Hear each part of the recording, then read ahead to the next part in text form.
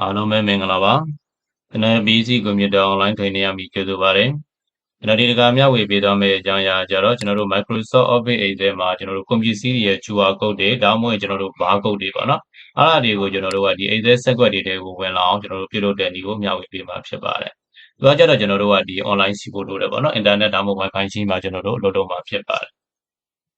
ဟုတ်ပြီအဲ့တော့ပထမဆုံးကျွန်တော်တို့ဒီ Excel ထဲမှာထည့်ပေးရမယ်တခုရှိတယ်ပေါ့နော်အဲ့ဒါကဘာလဲဆိုတော့ကျွန်တော်ဒီနေရာမှာ insert တွေကိုသွားလိုက်မယ်အဲ့ဒီရပြီးတော့မှကျွန်တော်တို့ add include တွေရပြီးတော့ကျွန်တော်တို့ my add in ဆိုတာကိုတစ်ချက်နှိပ်လိုက်ဒီဟာလေးထည့်ပေးရမယ်ပေါ့ဗျာเนาะကျွန်တော်တို့ဒီ mobile data connection ဆိုတဲ့ဟာကိုထည့်ပေးရမှာဖြစ်ပါတယ်အဲ့တော့ကျွန်တော်ဒီနေရာမှာမရှိသေးဘူးဆိုရင်ဒီ store တွေကိုသွားလိုက်ပါเนาะသွားပြီးတဲ့အခါကျကျွန်တော်ဒီမှာ search box ကပြီးတော့ mobile data connection ဆိုတာကိုရိုက်ပါရိုက်ရှာပြီးသွားတဲ့အခါကျကျွန်တော်ဒီဘက်က add ဆိုတာကိုနှိပ်လိုက်ပါเนาะနှိပ်ပြီးတဲ့အခါကျကျွန်တော်ဒီမှာ continue ဆိုတာကိုနှိပ်လိုက်ဒါဆိုရင်တော့ကျွန်တော်ဒီမှာ add in ဆိုတဲ့ group တစ်ခုထပ်ထွက်လာပြီးတော့ဒီအမျိုးကျွန်တော်တို့ဝင်လာပါပေါ့เนาะကျွန်တော် copy လုပ်လိုက်ပါမယ်ဟုတ်ပြီအဲ့ဒါဆိုကျွန်တော်သူ့ကိုတစ်ချက်လောက်ဖွင့်ကြည့်လိုက်အောင်เนาะဖွင့်လိုက်တဲ့အခါကျရင်ကျွန်တော်ဒီဘက်ထဲမှာကြည့်ကြည့်မယ်ဒီပုံစံမျိုးမြင်ရလဲပဲเนาะအဲ့တော့ဒီပုံစံမျိုးမြင်ရမယ်ဆိုတော့သူကတစ်ခါတည်းတန်းပြီးတော့ကျွန်တော်တို့ QR code ကိုတန်းဖတ်ခိုင်းတယ်ပေါ့เนาะအဲ့တော့ QR code ကိုဖတ်မယ်ဆိုလို့ရှိရင်မဖတ်ခင်မှာကျွန်တော်တို့ဖုန်းထဲမှာ software ချိန်ပြုတ်လို့တယ်သူနဲ့ဆက်တဲ့ဟာပေါ့เนาะအဲ့တော့ကျွန်တော်တို့ဖုန်းကိုတစ်ချက်လောက်ကြည့်ကြည့်လိုက်အောင်အဲ့တော့ဖုန်းထဲမှာဒီ software ရှိပြရမယ် scan it to ကျွန်တော်တို့ office ဆိုတဲ့ဟာပေါ့เนาะသူကကျွန်တော်တို့ဒီမှာ Play Store မှာအလွယ်တကူနဲ့သွားရှာလို့ရတယ် scan it to office เนาะဒါလိုလေးရိုက်ရှာလိုက်လို့ရှိရင်ကျွန်တော်ဒီမှာသူ့ကိုသုံးလို့ရပြီဖြစ်ပါတယ်ဟုတ်ပြီအဲ့တော့ကျွန်တော်တို့အဲ့ဒီ software ကိုတစ်ချက်လောက်ဖွင့်ကြည့်ကြည့်အောင်နော်အဲ့တော့ကျွန်တော် scan it to office ကိုတစ်ချက်ဖွင့်လိုက်မယ်ဖွင့်ပြီးတဲ့အခါကျလို့ရှိရင်ကျွန်တော်တို့ဒါကကြတော့ကျွန်တော်ရှေ့ပိုင်းမှာဝင်ထားဘူးတာရှိလို့နော်မရှိသေးဘူးဆိုရင်ဒီပုံစံမျိုးတော့မြင်ရမှာမဟုတ်ကျွန်တော်တစ်ချက်ပြပေးမယ်အဲ့တော့ဒါမျိုးဖြစ်နေတယ်ဆိုလို့ရှိရင်လည်းကျွန်တော်အပေါ်ကိုတစ်ချက်သွားလိုက်ဒီအဆက်ကလေး30ကိုနှိပ်ပြီးတဲ့အခါကျကျွန်တော်ဒီနေရာမှာ connection ဆိုတာကိုတစ်ချက်နှိပ်လိုက်အမှတ်နေပြီးတဲ့အခါကျကျွန်တော်ဒီမှာ add connection ဆိုတဲ့ဟာကိုတစ်ချက်နှိပ်လိုက်ပါနှိပ်လိုက်လို့ရှိရင်ကျွန်တော်ကဘယ်ဟာနဲ့ချိတ်ဆက်ချင်တာလဲကျွန်တော်ဒီမှာ Microsoft Word Excel နဲ့ချိတ်ဆက်ချင်လား Google Sheet နဲ့လားဒါမှမဟုတ်ကျွန်တော်ဒီမှာ Google Sheet မှာ add on လား Drive လားစသဖြင့်ကျွန်တော်တို့မှာ Chrome ဆိုလဲ Chrome ပေါ့နော်ဒါတွေနဲ့ကျွန်တော်တို့ချိတ်ဆက်လို့ရတယ်အဲ့တော့ကျွန်တော်ကဒီမှာ Excel နဲ့ချိတ်ဆက်မှာဖြစ်တဲ့အတွက် Microsoft Word Excel ဆိုတာကိုတစ်ချက်နှိပ်လိုက်နှိပ်လိုက်တဲ့အခါကျရင်ကျွန်တော်ဒီမှာဖုန်းရပြီးတော့ကွန်ပျူတာကိုသူစကန်ဖတ်ခိုင်းတာကိုတွေ့ရပါလိမ့်မယ်နော်အဲ့တော့ကျွန်တော်ဒီနေရာမှာ scan QR code ဆိုတဲ့ဟာကိုတစ်ချက်နှိပ်လိုက်နော်အားနှိပ်လိုက်ပြီးတဲ့အခါကျရင်ကွန်ပျူတာရှိတဲ့ဟာကိုကျွန်တော်ဒီမှာဖုန်းရပြီးတော့လမ်းပြီးစကန်ဖတ်လိုက်မယ်ပေါ့နော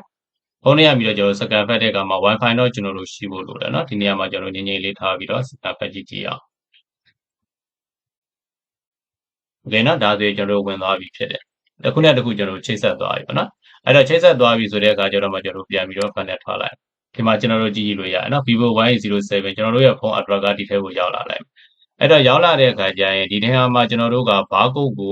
ုဟာလာလက်ရိုက်ထည့်လို့လည်းရတယ်နော်ရိုက်ထည့်လို့ရတယ်ဆိုတော့ကျွန်တော်တို့ကဒီမှာ keyboard ကပြီးတော့ဒီကဏ္ဍတွေပေါ့နော်အပေါ်ကဏ္ဍတွေကျွန်တော်တို့လိုက်ပြီးတော့ရိုက်ထည့်လို့ရတယ်ပြန်ဖြတ်လိုက်မယ်နော်အဲ့လိုမျိုးလည်းရိုက်ထည့်လို့ရတယ်သူ့ကိုအဲ့လိုမရိုက်ထည့်ဘဲနဲ့ကျွန်တော်တို့ကစကန်ဖတ်မယ်ဆိုရင်ဒီမှာစကန်ဖတ်လို့ရတယ်အဲ့တော့ကျွန်တော်တို့စကန်ဖတ်ကြည့်လိုက်အောင်နော်အဲ့တော့စကန်ဖတ်မယ်ဆိုလို့ရှိရင်ကျွန်တော်တို့ပထမအဆုံးဒီနေရာမှာသတိထားဖို့တစ်ချက်ကဒီကွန်ပျူတာထဲမှာကျွန်တော်တို့ကဘယ်ဟာကိုထားကျင်တာလဲဆိုတာပေါ့နော်ဘယ်ဆက်ကွက်မှာထားမလဲဆိုတော့ရွေးချယ်ပေးရမယ်ကျွန်တော်ဒီဆက်ကွက်မှာထားမှာဖြစ်တဲ့အတွက်ထားမဲ့ဆက်ကွက်ကိုကျွန်တော်တို့မောင်းတဲ့ကလေးတစ်ချက်ပေးထားမယ်နော်ပေးပြီးတဲ့အခါကျလို့ရှိရင်ကျွန်တော်ဒီမှာကျွန်တော်ဆက်ပြမှုန်ဘူးကိုကျွန်တော်စကန်ဖတ်ပြပေးမယ်ဗျာနော်โอเคဆက်ပြမှုန်ဘူးဆက်ပြဘူးကိုစကန်ဖတ်ပြ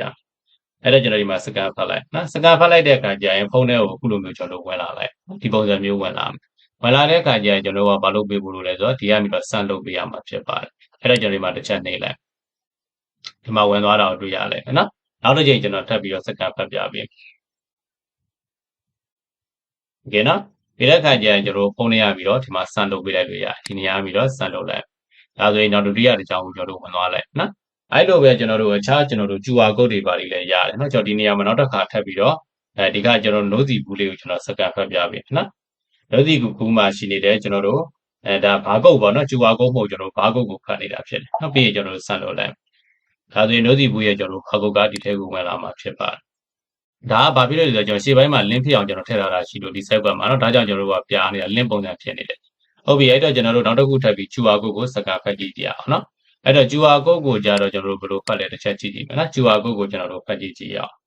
QR code ကကြတော့ကျွန်တော်ဒီနေရာမှာရှိနေတာသူက website ပဲသူဒီစုပ်တဲ့ website ကိုကျွန်တော်တို့ဖတ်ပြပေးအဲ့ QR code ကိုဖတ်လိုက်တဲ့အခါမှာကျွန်တော် http:// လို့ထားတယ်နည်းကျွန်တော်ဒီမှာဟိုဝင်လာလိုက်မှာ website link မှာသူ့ရဲ့ website link ဝင်လာလိုက်မှာအဲ့ဒါကိုကျွန်တော်ဒီနေရာမှာ search နှိပ်ပေးလိုက်ဒီလိုဝင်သွားမှာပေါ့နော်အဲ့ဒီခါကျတော့မှကျွန်တော်ကဘာလုပ်မလဲဆိုတော့သူ့ကိုတစ်ဖက်ကလေးနှိပ်လိုက်မယ်ပြီးရင်လွတ်တဲ့နေရာမှာပေးလိုက်မယ်ဒါဆိုရင်ကျွန်တော်တို့ website link ရသွားပြီဖြစ်ပါတယ်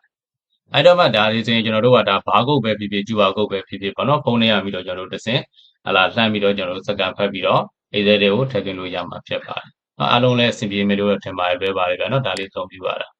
โอเคအားစဉ်အားလုံးပဲအဆင်ပြေကြပါသည်ခင်ဗျာခဏ BC ကွန်ပျူတာ online training မှာသင်တန်းများတက်ရောက်လိုပါကဖုန်းနံပါတ်39ကို880 212ကိုဆက်သွယ်ဆုံးဖြတ်မေးမြန်းနိုင်ကြလို့ Viber မိတစ်ဆင့်လည်းဆက်သွယ်ဆုံးဖြတ်မေးမြန်းနိုင်ပါတယ်ခင်ဗျာ Facebook page Messenger ဆက်သွယ်လို့လည်းဆိုရင်တော့ BC ကွန်ပျူတာ online training တဲ့ပေးရမလို့စဉ်ဆက်သွယ်ဆုံးဖြတ်မေးမြန်းနိုင်ပါတယ်အားလုံးပဲကိုယ်စိတ်နှပြရှင်လန်းချမ်းမြေ့ကြပါစေခင်ဗျာ